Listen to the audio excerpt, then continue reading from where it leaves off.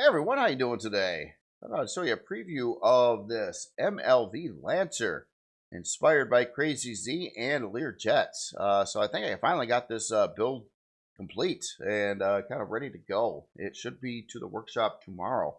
So I'll show you what the body overall looks like here real quick on the outside. And again, the big concept of this one was to try to make it look like a Lear Jet, in a space version at least. And also have a lot of some features, obviously inspired by Crazy Z in here too. In fact, some of the LCDs in there are from Crazy Z and some other design characteristics, including the little flashy spotlights you see on the bottom. There are P menu controls to shut that stuff off as well. But yeah, it's overall what the build ended up looking like. Now, before I go on the inside here, I do have a couple alt color versions of it as well. So it'll have a like a different color palette going on with this gray look. I'll show you the inside of that in a bit too. And this is really experimental over here on this one. This is a more of a sky blue kind of look with like an extra dark stripe on it. And it's kind of neat how it all works out. It's the same color palette. Well, it's I didn't have to like repaint anything for any of these color palettes. It all kind of works out that way. Using quite a few different shades of the whites on this build, which could translate to inverting them or whatnot on the other versions of the ship. But yeah, this was actually, it took a lot more after my last streaming video. I was thinking, oh, you know, it's only got a few hours left. Yeah, that turned into about 12 hours of more time put into this thing. But it's getting there now. Now let me I'm going to adjust the lights and we'll take a walking tour in here. I don't know how dark I want it. Pick something there. So coming to the back room, pretty similar to how it was when I was building this out. There were some color changes. I did get rid of a lot of the wood grain that I had in the ship. It just wasn't liking it anymore. But it does have some wood grain in it in certain rooms. But I did get all the info LCDs in here for like your 4 medium shield parts, 4 small shield parts, all your like your ammo and cargo storage. So 2,500 for ammo, 10K for cargo. Does have a constructor, food processor, a couple fridges over here, extra boxes in the back. They're all labeled in the menu. Whole ship's got oxygen. Tested that quite a bit. We got a clone chamber back over here as well. So once we get into the central area, I got these doors are open right now. All right, let's show you these back rooms here. So they're both different. So on furnishings, we got a bedroom on this side. So we got our bed. We got a little plant on the table. Thought that was fun. You can put in plants on SVs, but they're really dinky. So this is yeah, something to put on the table. We got our Vitflix over here. Got to have that. So this would be the bedroom for the VIP, and over here is the bathroom. So the bathroom, we've got a fancy little shelving thing. Got a nice little place to sit and change and get dressed. We got a shower over here with touchscreen controls for music and your water temperature. Love that cold one there. And our happy temperature. And then yeah, you can make phone calls and check your email while in the shower, because you know you got to do that, right? So coming up to the front area of the room, it still looks really bright, but it's supposed to be pretty well lit actually. We've got some intercoms in here. These kind of came from Crazy Z. I did modify a lot of these LCDs to change names and stuff a little bit here. So this actually, it's really hard to see there. Let me crouch. Yeah, this is a J. Randallian Dynamics. Good old times here. And then we got our MLV-Lancer over here on this one. Now, Crazy Z made most of these LCDs in here. So I just kind of grabbed them from one of his build and a couple modifications to make them work with this ship, basically. So that's kind of what it looks like in the back area. The highlight of the build for me is probably this skylight up over here. It's got a color fade going on there and over here and some lights in the ceiling and stuff like that. And I was actually pretty happy about that. Oh, back in these rooms over here too, I forgot to look at the ceiling. They do have, there's a couple cargo boxes per room. And then it has an extra open area here for whatever. Now, the ship already has slots for adding in 2 superior cores, and oh, I forgot to show these compartments up here. So we've got room for 2 advanced CPU cores, 2 additional 1x3 generators in there. And then there's another section in the, well, there's areas for 4 of these gravity generator S's, which line up to the actual name of the part.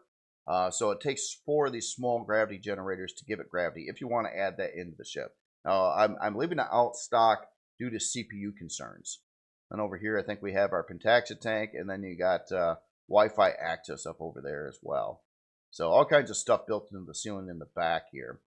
And then, again, these slots over here on either side are just whatever. I think you could put in more fuel or oxygen or more shield parts, I think, too. So there's a lot of stuff you could put there. You got some intercoms back here. Got a little bit fancier tables with some marble finish on them. And again, I got rid of a lot of the wood grain look in the ship. The only place that actually does contain the wood grain is a strip in these 2 side rooms back here now. It just wasn't fitting with the rest of the look I was trying to get on here, which is pretty fancy and neat. We got a trauma station. I keep on closing these doors. Yeah, trauma station there. We got locations for the rest of our gravity generators in the hallway here. There's one here, door there, so we got a gravity generator there, and gravity generator over here. There's doors that will cover all these.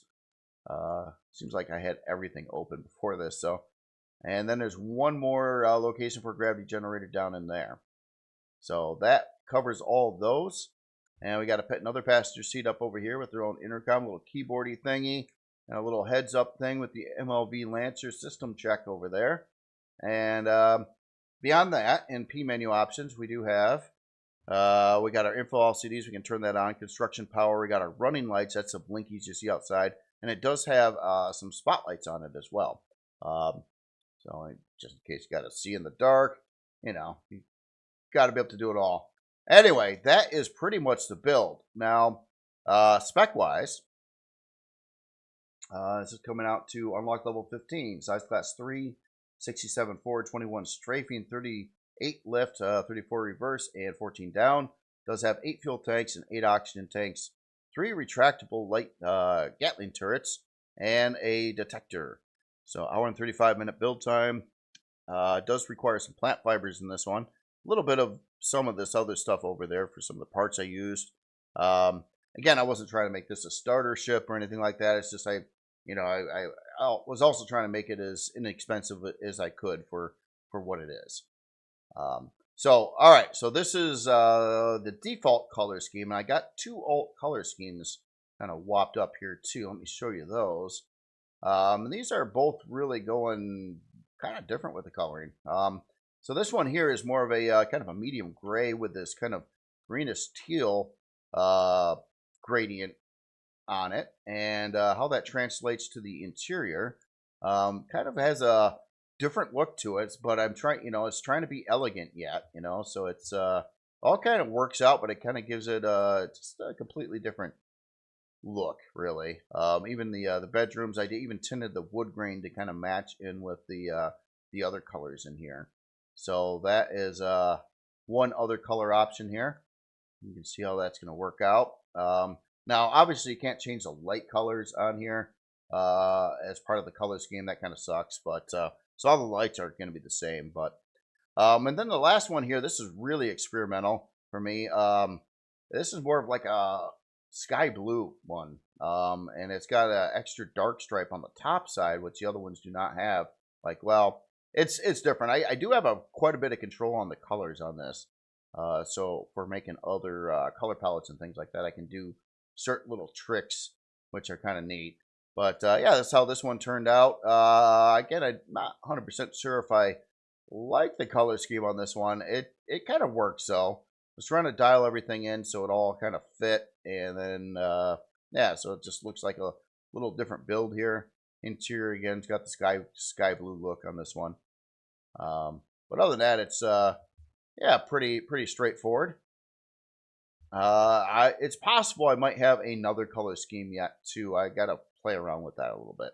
But yeah, that is the build, and it should be to the workshop tomorrow, I do believe, on April 1st.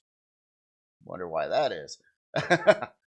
And yeah, we'll probably be seeing a build from a another author too that yeah, I don't think anybody's seen before. So that'll be kind of cool to see as well. Other than that, please let me know what you think. If you got any other anything to add in here, anything I could try to look at before I get this to the workshop. But I think I got it complete. I've been really tweaking things in here, and it's making sure everything works right. Power, oxygen, the flight. Oh, CPU. I don't think I showed you that. CPU is coming in at a Core 5. A little bit under that. Not by much. So it's definitely dialed into a Core 5. You can bring it up to a Core 9, or actually, tactically speaking, you could probably put in a couple quantum or auxiliary cores in those extra compartments as well. I don't know what you do with it all, but you can do it. I guess if you really wanted to add a lot of shielding in it, that would be its biggest thing. You could, again, add quite a bit of shields, extra generators. That does take up some CPU pretty good. So other than that, y'all have yourself a wonderful day, and I will talk to you later.